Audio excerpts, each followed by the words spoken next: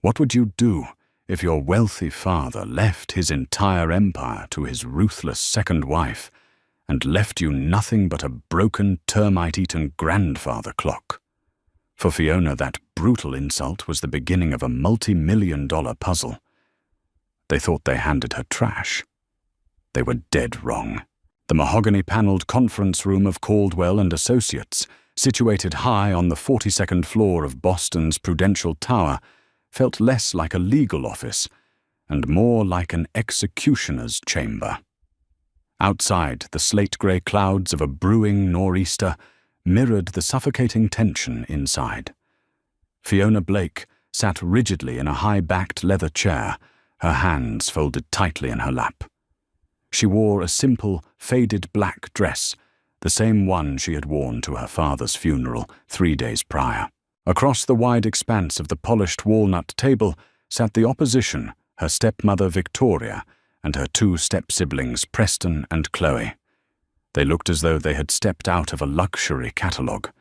Victoria, draped in a tailored dark navy Chanel suit, was already tapping perfectly manicured fingers impatiently against the wood. Preston was busy checking the time on his gleaming Rolex Daytona, while Chloe aimlessly scrolled through her phone, sighing loudly. Harrison Blake had been a titan of the New England shipping industry, a self-made multimillionaire whose sharp mind had built a logistics empire from the ground up. But in his final 3 years, a rapid cognitive decline had reduced the great man to a shadow of his former self. When the dementia set in, Victoria had immediately tried to move him into a sterile, high-end care facility to keep the estate tidy. Boss. It was Fiona, his daughter from his first marriage, who had fought tooth and nail to keep him in his home.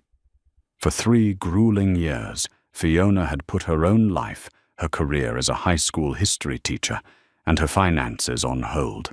She became his primary caretaker, working part-time shifts at night just to cover the out-of-pocket medical expenses that Victoria conveniently forgot to approve from the family trust.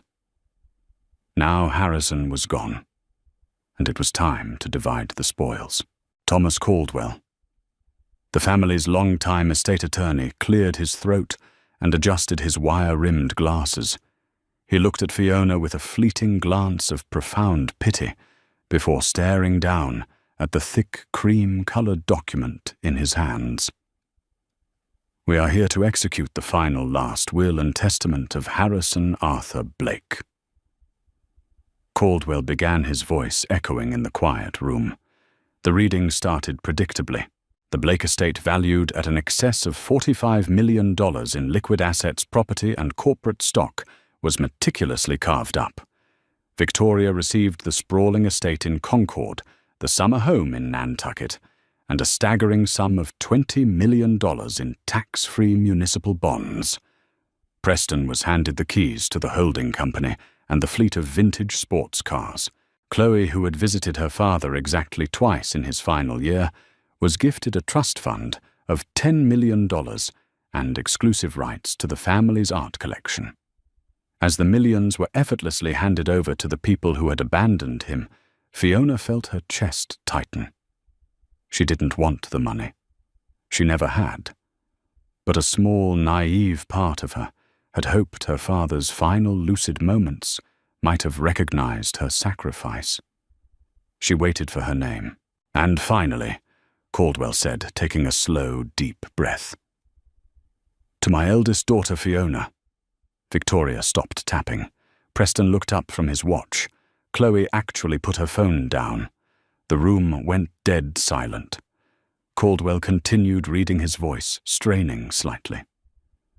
To my beloved Fiona, who gave me the precious gift of her time, when no one else would I leave the only object that truly understands its value. I bequeath to her the 1742 Dutch tall case clock from the west hallway. May it remind her that time is never truly lost. Fiona blinked. Once. Twice. The 1742 Dutch tall case clock, a sharp barking laugh, shattered the silence. It was Preston. The broken clock! He left you the garbage from the hallway. Preston, please! Victoria scolded lightly, though a vicious, triumphant smirk played on her lips. She turned to Fiona, her eyes dripping with condescension. Well, Fiona, it seems your father wanted you to have a sentimental token. That hideous old thing hasn't chimed since 1985. It's covered in woodworm. But I suppose it will look charming in your little apartment. I'll have the movers drop it off by Tuesday. I want it out of the house before the decorators arrive. Fiona sat frozen. The clock was a massive, oppressive piece of dark oak, standing nearly 8 feet tall.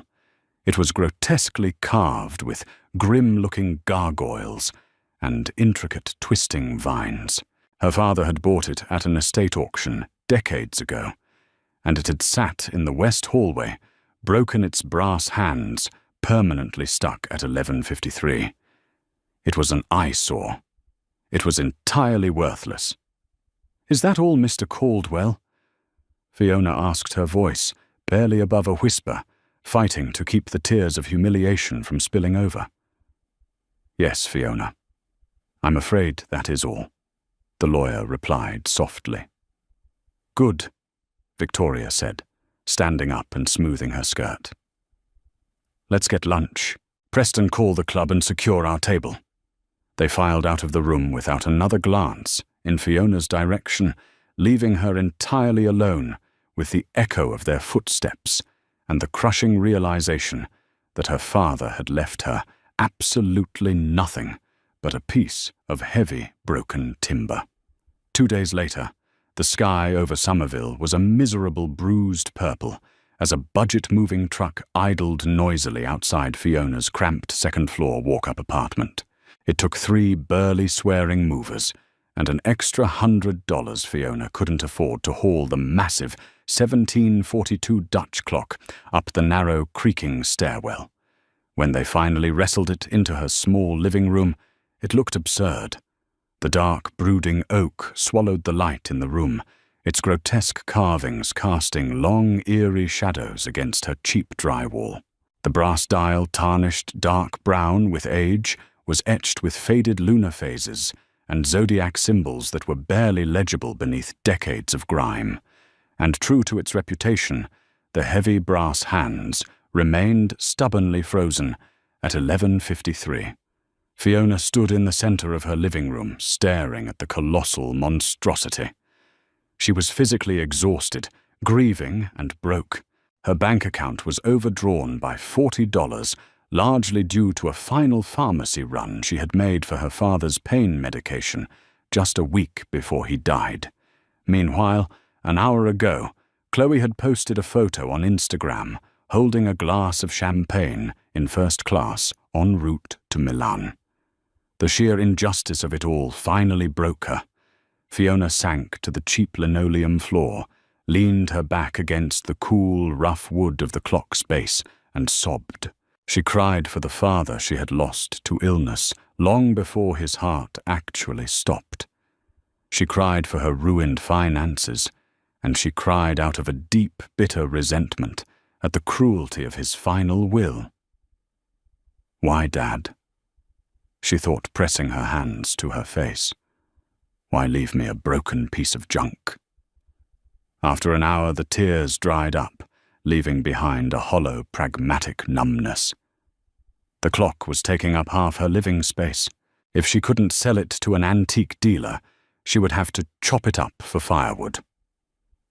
Fiona stood up, grabbed a bucket of warm water, Murphy's oil soap, and a rag. If she was going to get a few $100s for it at a local pawn shop, she at least needed to clean the thick layer of dust and grime off the casing. She started at the top, wiping down the heavy wooden hood.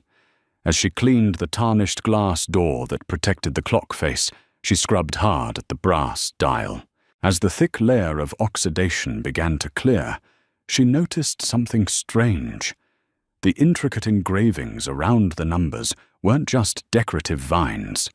They were numbers. Tiny, almost microscopic numbers, etched sequentially along the inner brass ring, hiding in plain sight within the floral patterns. Frowning, Fiona opened the waist door of the clock to inspect the massive pendulum and the heavy lead weights hanging from the thick catgut cords. The smell of ancient timber and dried machine oil wafted into the room. She reached in to wipe down the inside panels. As her rag caught on a jagged piece of wood near the backboard, she heard a distinct, sharp click. Fiona froze. She ran her fingers over the back panel, right behind where the massive brass pendulum rested. The wood here wasn't solid. There was a slight indentation. She pressed it. The panel depressed by a fraction of an inch, and another mechanical click echoed from deep within the belly of the machine. Her heart began to race.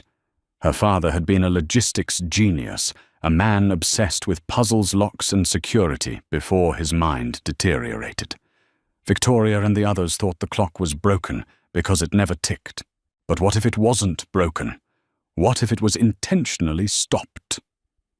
Fiona grabbed a flashlight from her kitchen drawer and shined it into the dark recesses of the clock's waist. Beside the heavy lead weights, completely obscured by the shadows, was a small, secondary winding hole. It was shaped not like a standard square clock keyhole, but like a six-sided star. The only object that truly understands the value of time. Her father's words from the will echoed in her mind.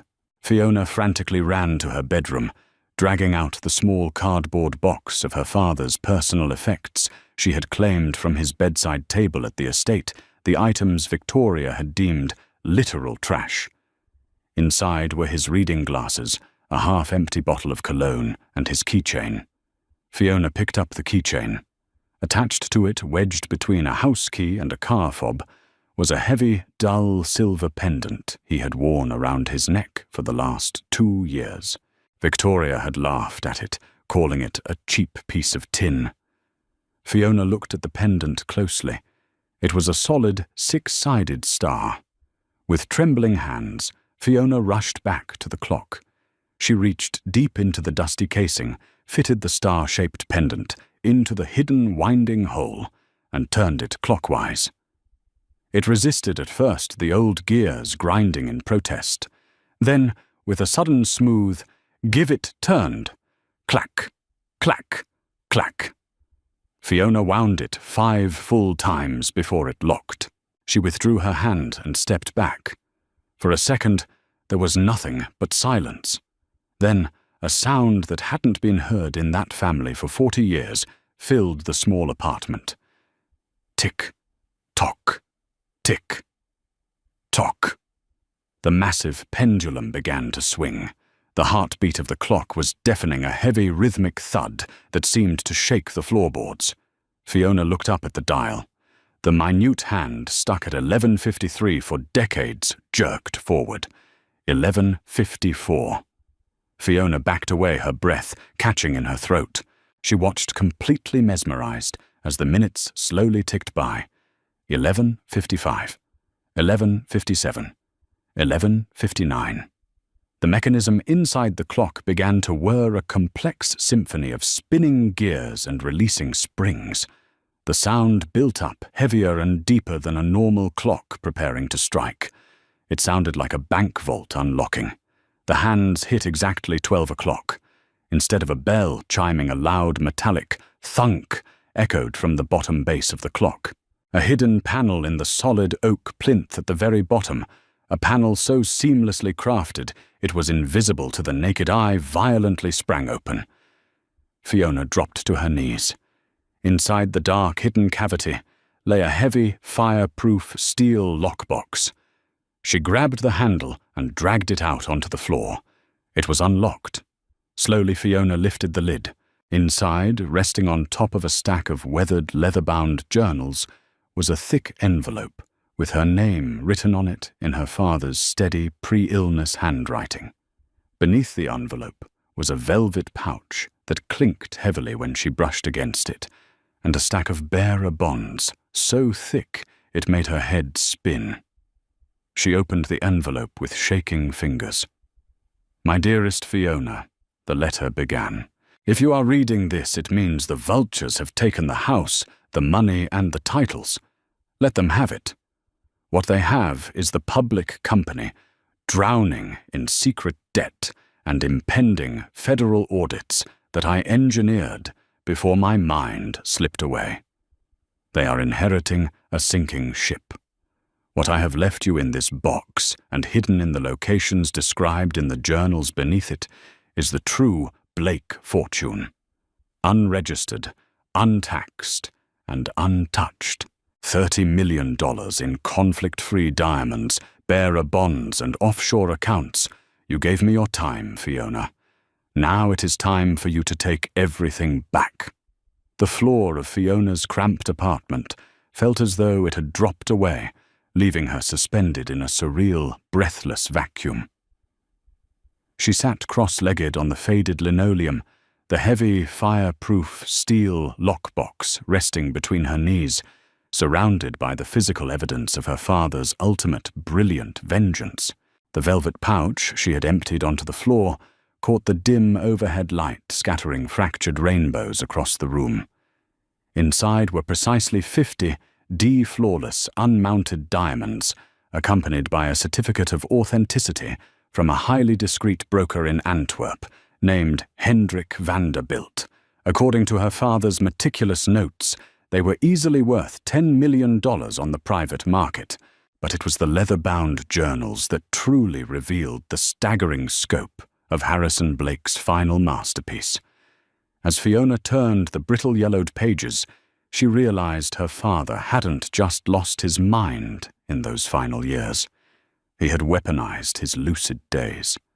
Realizing that Victoria and Preston were circling like vultures waiting for him to die so they could liquidate his life's work, Harrison had systematically hollowed out his own empire.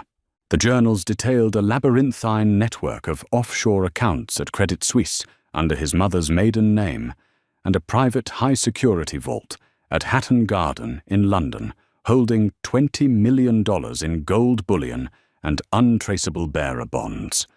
And then there was the trap he had laid for his greedy widow. In a journal entry dated nearly 4 years ago, just before the dementia truly took hold, Harrison detailed how he had covertly restructured Caldwell and Associates' shipping assets. He had quietly sold off the actual freight vessels and leased them back at exorbitant variable interest rates, hidden within shell companies. He had leveraged the Concord estate to the absolute maximum, using the capital to buy the gold sitting in London. Victoria Preston and Chloe hadn't inherited a $45 million empire. They had inherited a house of cards rigged with a financial time bomb designed to detonate the moment Harrison's death certificate was signed. They wanted the crown Fiona, the final page of the journal, read the ink pressed so hard into the paper it had nearly torn the page. Let them feel the weight of it. Fiona spent the next 3 weeks operating in absolute disciplined silence. She didn't quit her job immediately. That would draw suspicion. Instead, she contacted a boutique international tax attorney in Manhattan, a man named Gregory Walsh, who was explicitly recommended in her father's ledger. Operating under the highest tiers of attorney-client privilege, Walsh began the quiet, methodical process of authenticating the diamonds, transferring the offshore accounts into heavily shielded trusts in Fiona's name, and liquidating the bearer bonds. While Fiona was securing a future she had never dared to dream of, the storm clouds were gathering over the Prudential Tower in Boston. It started on a mundane Tuesday morning. Preston Blake, wearing a bespoke Brioni suit and a smug smile, walked into the executive boardroom of the Blake Holding Company, ready to officially assume his role as CEO. Instead of his compliant board of directors, he was greeted by 6 stern-faced agents from the Securities and Exchange Commission, flanked by 2 forensic accountants from the IRS. Preston Blake, the lead agent, asked, holding up a thick folder stamped with federal seals. "We have a warrant to seize all financial servers, physical ledgers and offshore routing numbers associated with this firm. You are under investigation for massive corporate fraud and tax evasion." Preston's arrogant smirk vanished, replaced by an ashen, trembling horror. "Fraud. What are you talking about?" "My father built this company. It's worth $40 million. Your father, the IRS accountant, replied dryly, sliding a catastrophic balance sheet across the mahogany table, defaulted on over $150 million in leveraged high-yield corporate debt. This company isn't worth $40 million, Mr. Blake. It is currently operating at a net negative of $85 million. And as the newly instated CEO and primary beneficiary, those liabilities are now exclusively yours." Within 48 hours, the illusion of the Blake dynasty completely shattered. The bank foreclosed on the sprawling Concord estate, giving Victoria exactly 3 days to vacate the premises. The fleet of vintage sports cars Preston had bragged about were chained and towed by federal marshals to cover unpaid municipal taxes. Chloe's highly publicized $10 million trust fund was frozen indefinitely by court order, leaving her stranded in Milan with declined platinum credit cards and an unpaid 6-figure hotel bill. Victoria tried to fight back. She hired a team of ruthless defense attorneys, burning through her remaining personal savings to try and pin the fraud on her deceased husband. But Harrison had been too smart. The paper trail he had left perfectly legally implicated Preston as the sole signatory on the toxic leases during the period when Harrison was deemed medically incapacitated. They had legally wrested control of the company from Harrison in his final months, and in doing so, they had legally assumed all the poison he had left behind. They were bankrupt, disgraced, and facing years of grueling federal litigation, and they had absolutely no idea that just across the Charles River, Fiona was quietly closing on a pristine $4 million historic brownstone in Beacon Hill, paid for entirely in cash.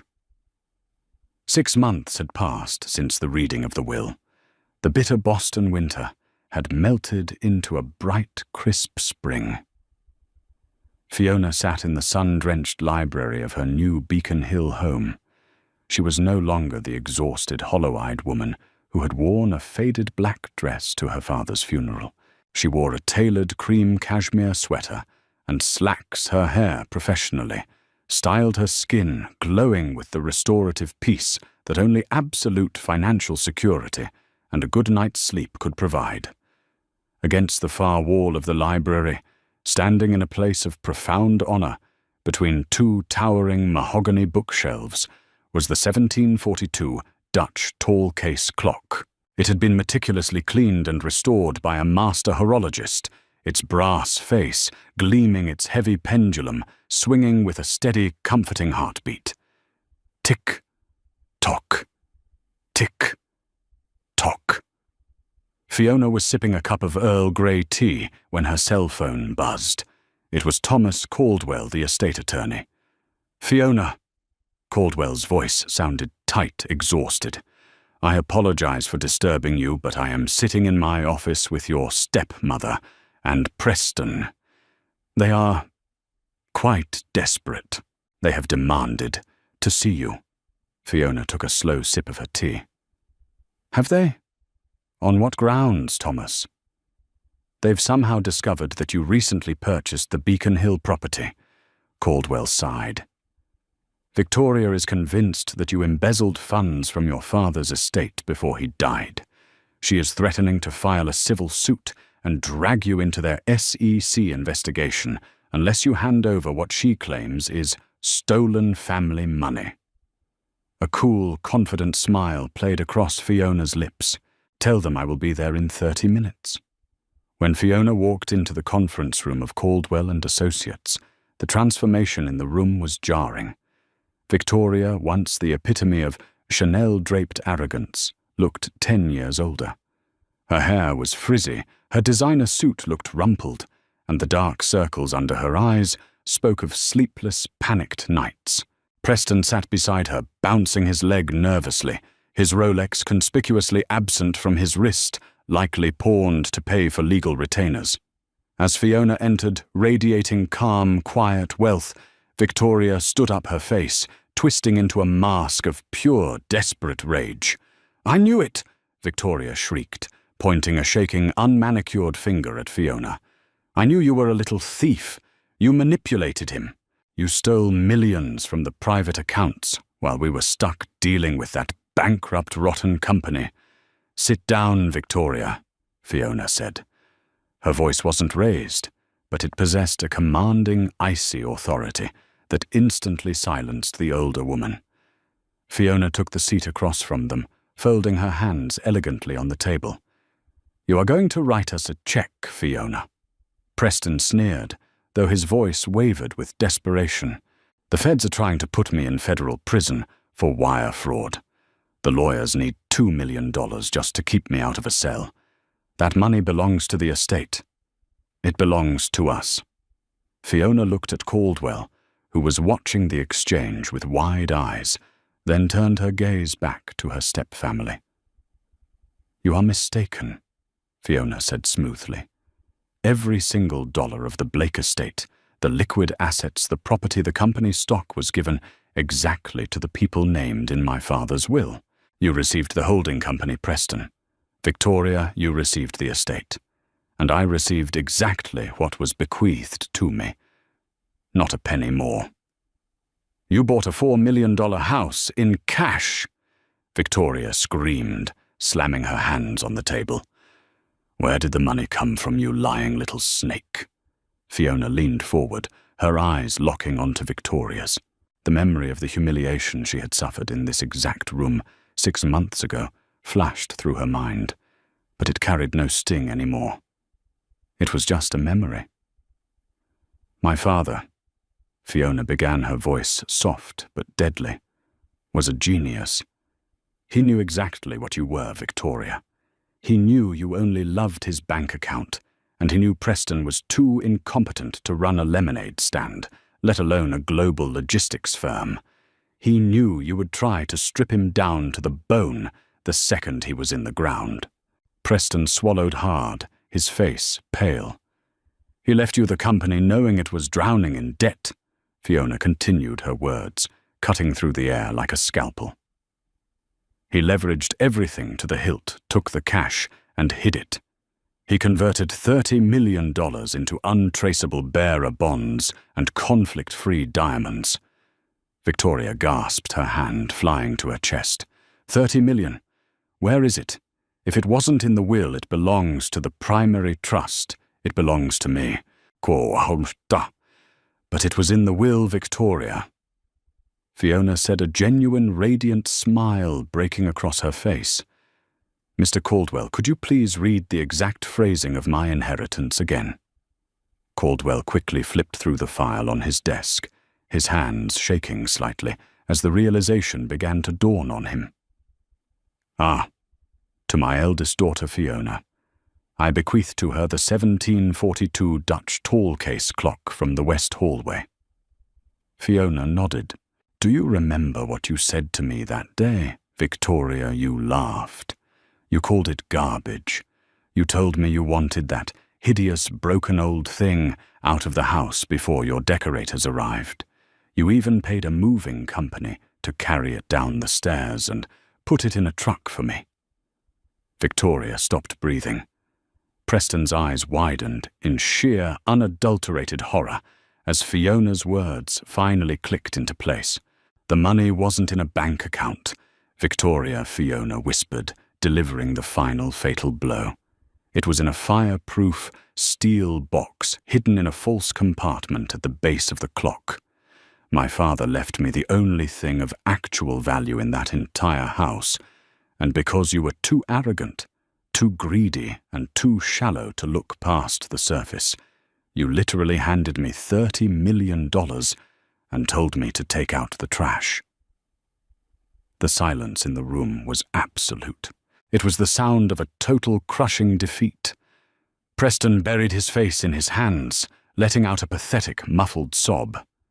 Victoria simply stared at Fiona, her mouth opening and closing soundlessly like a fish out of water.